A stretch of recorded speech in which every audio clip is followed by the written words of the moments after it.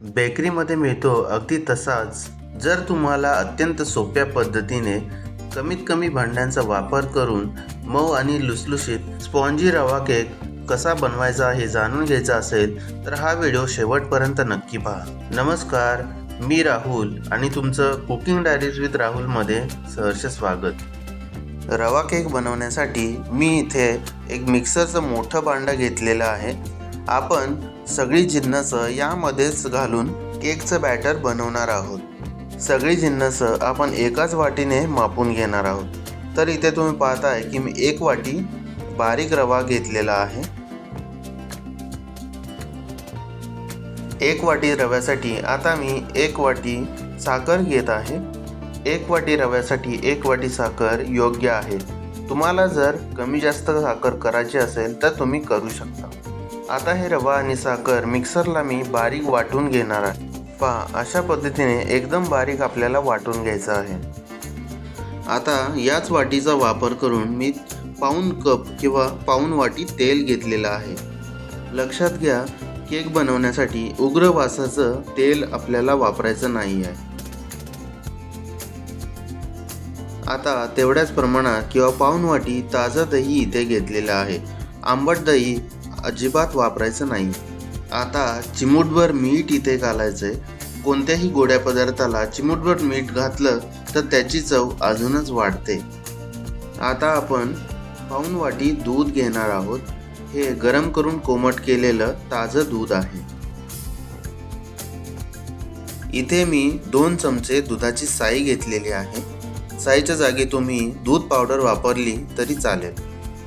आता 1 चमचा घेऊन हे सर्व पदार्थ चांगल्या पद्धतीने एकत्र करायचे आहेत आणि मिक्सरला चांगल्या पद्धतीने वाटून घ्यायचं आहे। मिक्सरला वाटून घेतल्यानंतर अशा प्रकारे बॅटर तयार होईल।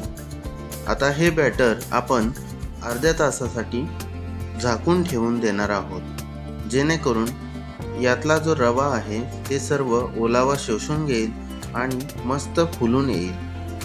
तोपर्यंत मी इथे कुकरचा एक डबा घेतलेला आहे।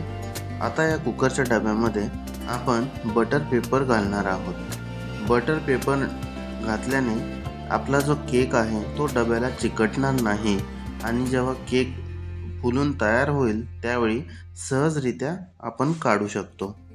आता या डब्याला आतल्या बाजूने तेल लावून घ्यायचं आहे। आता एक पातेलं घेऊन मी मिक्सरमधलं बॅटर त्यामध्ये ओतत आहे।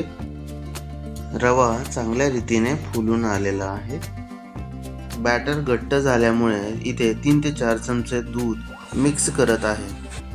आता यामध्ये 1 चमचा बेकिंग पावडर आणि अर्धा चमचा खाण्याचा सोडा घालत आहे। आता हे मिश्रण एकाच डायरेक्शनमध्ये फिरवून चांगल्या रीतीने मिक्स करून घ्यायचं आहे। आता आपलं केकचं बॅटर रेडी आहे। आता आपण बटर पेपर लावलेल्या डब्यामध्ये बॅटर ओतून घेऊयात। गॅसवरती आता एक पातेलं किंवा कढई ठेवायची आहे। त्यामध्ये एक स्टँड ठेवून हे भांडं 2 ते 3 मिनिट प्रीहीट करून घ्यायचं आहे। आता यामध्ये बॅटरचा डबा ठेवताना काळजीपूर्वक ठेवायचा आहे। आता त्यावरती हवाबंद झाकण ठेवायचं आहे आणि अर्धा तास लो फ्लेमवरती आपला केक बेक होऊन द्यायचा आहे। अधूनमधून झाकण अजिबात उघडायचं नाहीये।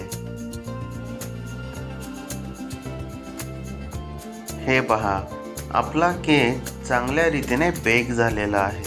आता मी तुम्हाला कट करून दाखवतो। हे पहा, अशा पद्धतीने सुरीचा वापर करून तुम्ही केक तयार झाला आहे की नाही ते चेक करून घ्या।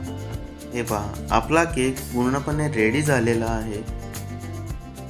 डब्याला असं टॅप करून घ्या म्हणजे केक अलगदपणे बाहेर येईल।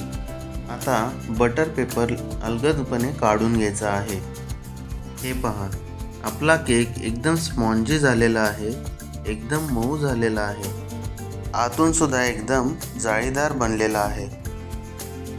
तुम्हाला ही रेसिपी कशी वाटली ते कमेंट करून नक्की सांगा। माझ्या चॅनलवरती नवीन असाल तर सबस्क्राईब नक्की करा। भेटूया अशाच एका नवीन रेसिपीमध्ये। धन्यवाद।